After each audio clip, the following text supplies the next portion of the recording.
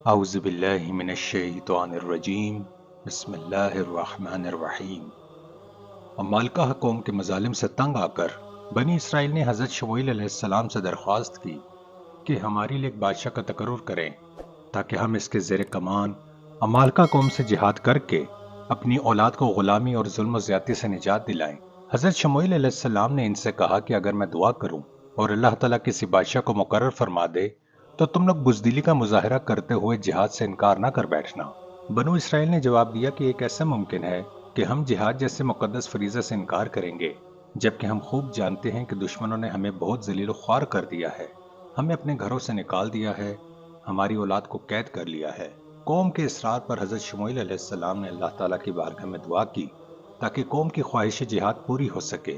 دعا قبول ہوئی اور حضرت یعقوب علیہ السلام کی نسل میں سے طالوت نامی ایک شخص بادشاہ مقرر ہوا جو علم اور جسم میں اس وقت نمایاں حیثیت رکھتا تھا۔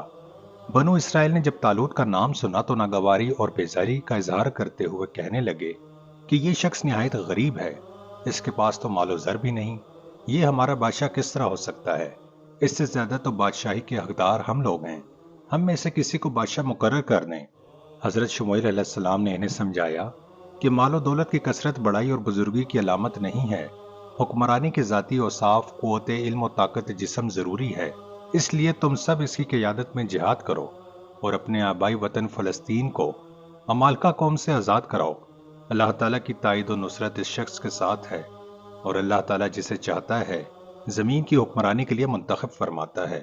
بنو اسرائیل طالوت کے بادشاہ بنانے پر حضرت شموئیل علیہ السلام سے جھگڑتے رہے کہ آخر قوم کے بڑے بڑے سردار ایک غریب شخص کی اطاعت کیسے کریں گے۔ جب بات بڑھ گئی تو قوم کے سرداروں نے کہا کہ اگر طالوت کا تقرر اللہ تعالیٰ کی طرف سے ہے تو اس کے لیے کوئی دلیل اور نشانی ہونی چاہیے تاکہ ہم تمام لوگوں کو یقین ہو جائے کہ ان کا تقرر اللہ تعالیٰ کی طرف سے ہوا ہے۔ حضرت شموئیل علیہ السلام نے ان لوگوں سے کہا کہ وہ مبارک صندوق جو تم سے عمالقہ چھین کر لے گئے تھے، جس میں تورات شریف کا اصلی نسخہ اور دیگر تبرکات ہیں، وہ طالوت کی وجہ سے تمہارے پاس آ جائے گا۔ یہ اللہ تعالیٰ کی طرف سے اس کے بادشاہ ہونے کی نشانی ہوگی۔ اللہ کی قدرت! ادھر مخالفین اس متبرک صندوق کو جہاں رکھتے وہاں مصیبت آ جاتی۔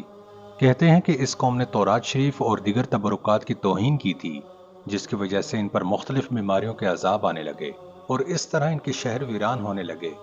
آخر پریشان ہو کر انہوں نے صندوق بیل گاڑی میں رکھ کر بیلوں کو چھوڑ دیا۔ فرشتے بیلوں کو لے کر سیدھا طالوت کے دروازے پر پہنچا گئے۔ جب قوم نے یہ متبرک صندوق دیکھا تب انہیں طالوت کے بادشاہ ہونے کا یقین آیا اور وہ ان کی اطاعت اور جہاد کے لیے تیار ہو گئے۔ طالوت بادشاہ نے بنی اسرائیل کو جمع کر کے جہاد کی تیاری شروع کر دی اور لشکر کو روانہ ہونے کا حکم دیا، اور ساتھ ہی آپ نے سوچا کہ بنی اسرائیل نے ایک طویل عرصے تک غلامانہ زندگی بسر کی ہے، کہیں ایسا نہ ہو کہ کسی ایک شخص کی بزدلی سے پورے لشکر کو نقصان پہنچے، اس لیے آپ نے جہاد سے پہلے ان کو آزمانا چاہا۔ جب لشکر دریا کے کنارے پہنچا تو حضرت طالوت نے اعلان کرایا کہ اللہ تعالیٰ اس نہر کے ذریعے تمہارا امتحان لینا چاہتا ہے، وہ اس طرح کہ کوئی بھی شخص اس سے پانی نہ پیے، اور جو خلاف ورزی کرے گا اس کو لشکر سے نکال دیا جائے گا، البتہ سخت پیاس کی حالت میں گھونٹ بھر پانی لے کر حلق ترک کرنے کی اجازت نہیں ہے۔ مفسرین لکھتے ہیں کہ یہ واقعہ دریائے اردن پر پیش آیا تھا۔ جب یہ لشکر دریا پار کر گیا تو جن لوگوں نے خلاف ورزی کر کے پانی پی لیا تھا وہ اپنے مخالف جالوت کی قوت و طاقت دیکھ کر کہنے لگے کہ ہم اس بڑے لشکر کے مقابلے کی ہمت نہیں کر سکتے، لہٰذا ہمیں واپس جانے کی اجازت دی جائے۔